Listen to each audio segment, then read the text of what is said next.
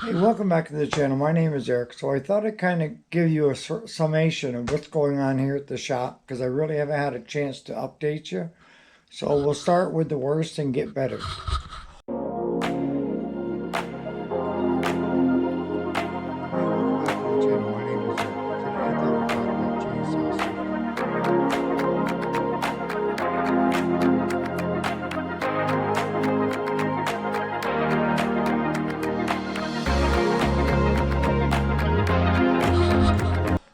That's that chop saw I was telling you about that it's not worth fixing.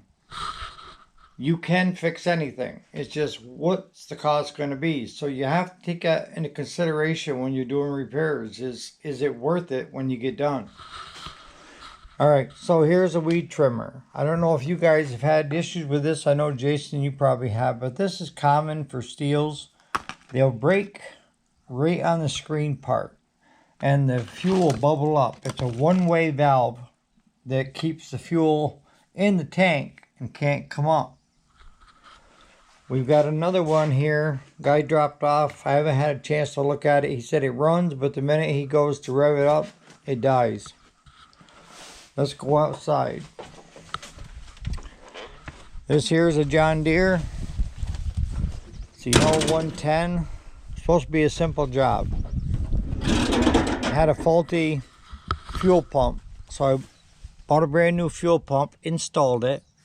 These O-rings wouldn't seat with the old O-rings and the clips, so we had to take it out of the old one, which was an OEM. I started replacing fuel line, and now I've got to replace the fuel line from there all the way back to the tank. So that means I'm going to have to take these two bolts out, lift this up high enough, put a block of wood in, and then feed that new fuel line all the way to the front of the lawnmower. That one there was a simple adjustment on it, treating the fuel, runs great. Here's a good old John Deere 630. It's got to have the alternator looked at, the generator, and to make sure that it's charging its system. It's a nice old 2-cylinder gas job, and clutch, everything else. That one, no can fix.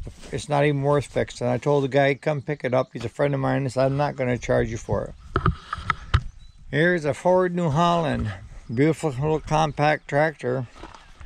He was supposed to get the seal to me this winter so we could fix the seal leak that he had. But he ended up, the wheel fell right off once we had it on the trailer. And I know it's hard to see, but right in here, it's missing a piece. So I had to order this, all new bearings. He's lucky it didn't destroy this, or the internal gears.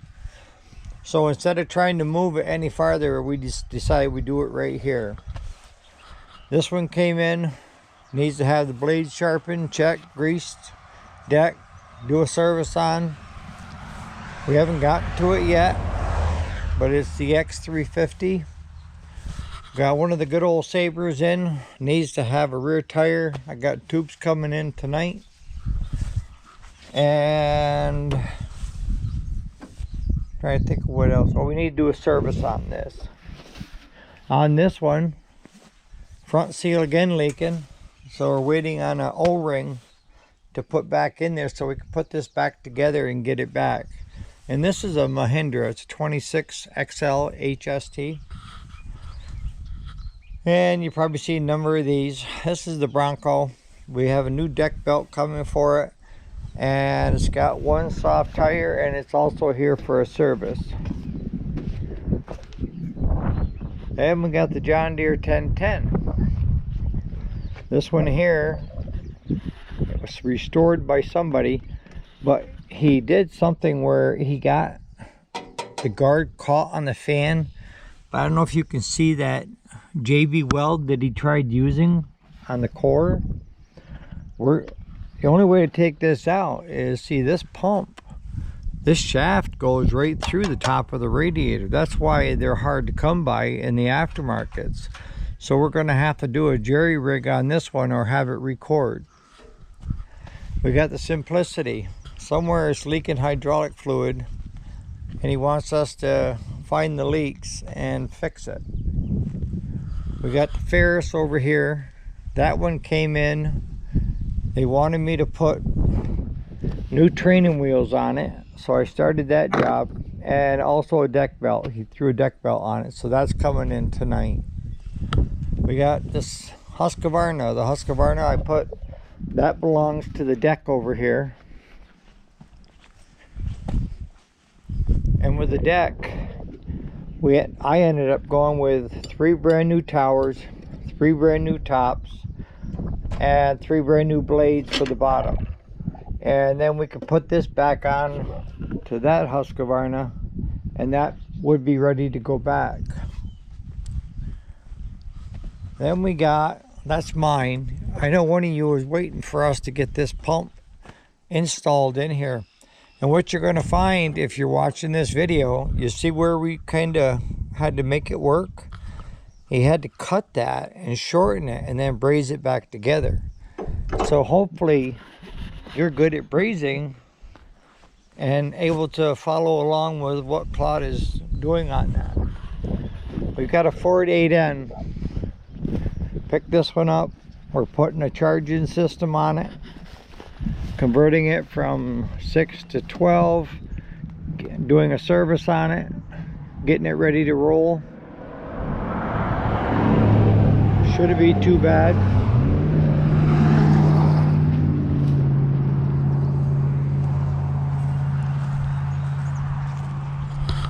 And that's not counting the stuff we've got inside. I'm headed that way next.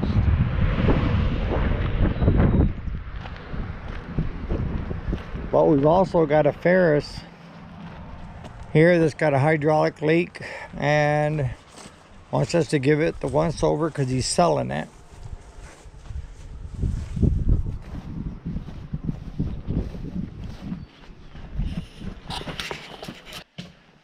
So we also have this International 444.